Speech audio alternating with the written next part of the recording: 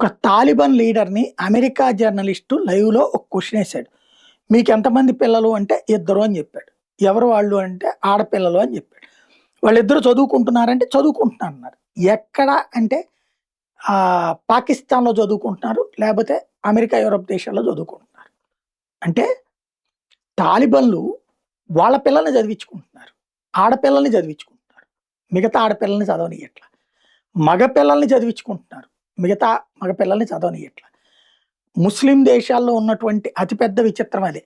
పాలకులు, పాల రాజకీయ నాయకులు, ఉగ్రవాద సంస్థల ప్రతినిధులు వాళ్ళ బిడ్డల్ని మాత్రం చదివిస్తారు. ఆడైనా, మగైనా సరే.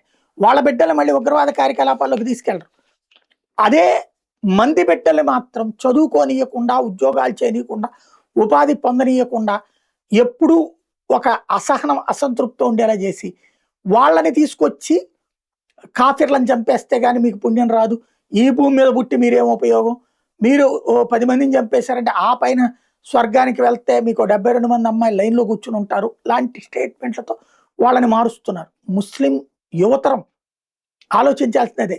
మన దేశంలో ఉన్నటువంటి సేఫ్టీ, రిలాక్సేషన్స్ ముస్లింలకు ప్రపంచంలో ఎక్కడా లేదు. నంబర్ 1. రెండవది ముస్లిం నాయకులమంటూ అందరిని మోసం చేస్తున్నటువంటి వీళ్ళందరూ వాళ్ళ స్వార్థాన్ని మాత్రం చూసుకుంటున్నారని గుర్తుపెట్టుకోవాలి.